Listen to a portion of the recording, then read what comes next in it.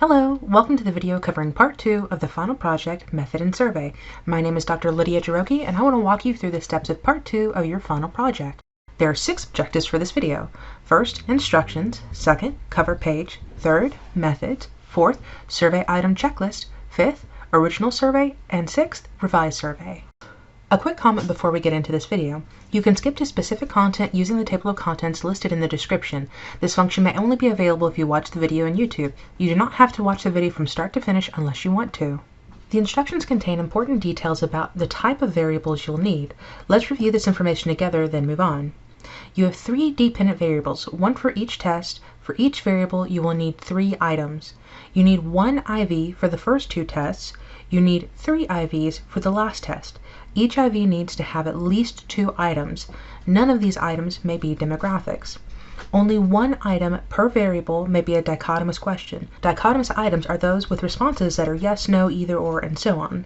And you must have 5 demographic variables. 4 of those variables are predetermined by me. The last one is up to you. The cover page for part 2 is just that, a cover page. The formatting and spacing should match part 1's formatting and spacing. No questions or answers should be on this page. Steps for this page include deleting information in brackets and inserting an image related to your company. There are 4 questions that start the method section of part 2. Data type.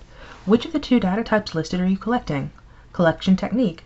Which technique or techniques are you using for this project? Administration technique. Use table 7.2 to help you identify which technique you will use. Administration location. List the locations you will use to collect your data. The second half of this page is defining your scales. I have divided your survey into 3 scales. The first is your dependent variable scale. All of your DV items go into this scale. You need to give it a name. The name is mostly arbitrary because no one outside of this class will see it. In practice, these names are used to help people communicate which portion of a survey they are interested in. The number of items is asking how many questions are in this scale. Level of measurement wants you to identify the most commonly occurring level of measurement that happens in that scale. Do not list every level of measurement that occurs, just the most common, i.e. the mode. Are you asking open-ended or closed-ended questions? If it is closed-ended, which should be the case, you need to identify the most common answer format you selected for your items. Then repeat this process for your IV scale and demographic scale. The survey item checklist in your template has an error. It does not match the survey you have been asked to complete. I will provide 2 sets of instructions. You may go with whichever you feel is more manageable without any penalty to your final grade.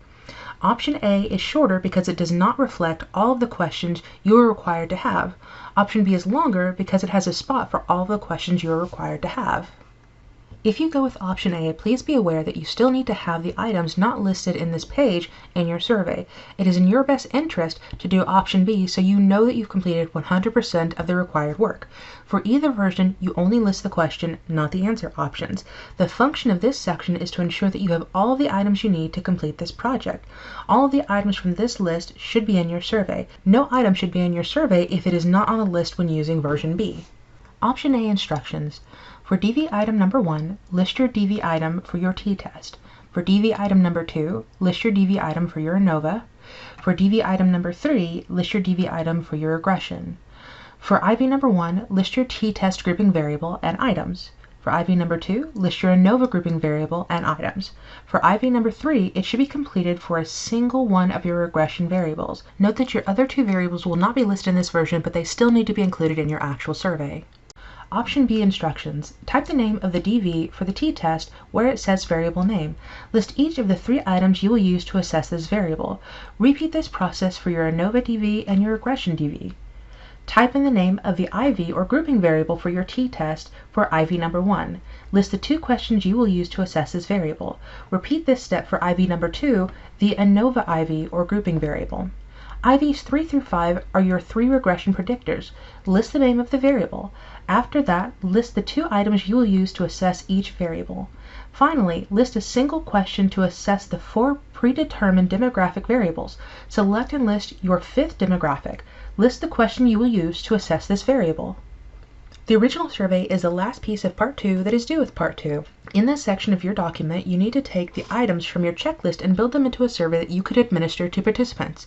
Students often forget 2 key pieces, the title and an introduction statement.